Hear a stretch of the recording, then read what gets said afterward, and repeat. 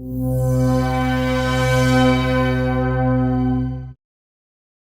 Gabriel. I am at the Forge in London, in Camden, for Judith Owen's final show of the 2.5 months tour that we've been doing through Europe.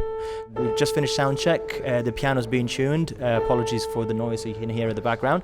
We're actually sitting at the very back of the stage because the system I'm using, the Qu-SB, is actually a very transparent system, a very subtle and inobtrusive system that allows me to position the main core of the system somewhere out of sight, positioned quite strategically in the middle of the players, and it kind of becomes invisible. There's nothing really in terms of infrastructure that I need apart from this little box here and my Wi-Fi router that sits there at the back. Everything plugs into it, and then all I need is to get some outputs out to whatever house system we have every time. Today we have 3 strings on stage. We have percussion, we have bass, we have a piano, we have backing vocals, and I'm still able to fit it all through the Qu-SB. When we had drums in the past as well, I managed to add the AB168, which allowed me to have an extra 16 channels and all the outputs I could ever need.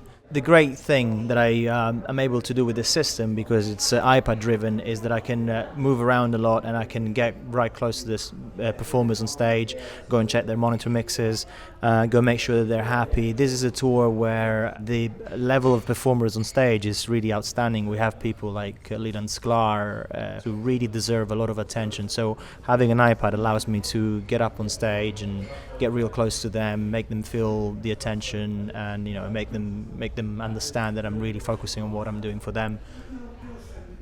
I was actually quite skeptical in the past about iPad-driven systems, and I never really wanted to rely purely on an iPad interface, because all the iPad interfaces and apps that have come before this one designed by Allen Heath have been quite limited, especially in terms of workflow. I wouldn't have wanted to rely just on that.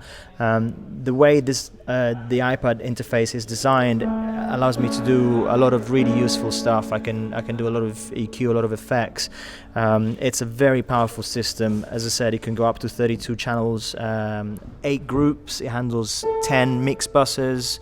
It handles 4 effects sends, and at the same time it can multi-track straight through to the USB memory card, which is something I'm doing every show, and allows me to just effortlessly multi-track every show just at the hit of a button on the iPad. Another great advantage of having the iPad as a mixing interface for me has been that I've been able to mix from the crowd's listening points, which is something that it's we kind of give it for granted at a certain level when we have the possibility of choosing the mix position, but a medium venues level is often actually overlooked, the mix position, because of maybe space restriction and things like that. Sometimes the mix position, it might be up high, like 3 meters above the audience heads. It might be up at the very corner of the room where the sound is nothing like what the crowds are actually listening to. So for me, it's been great to be able to literally just grab my iPad,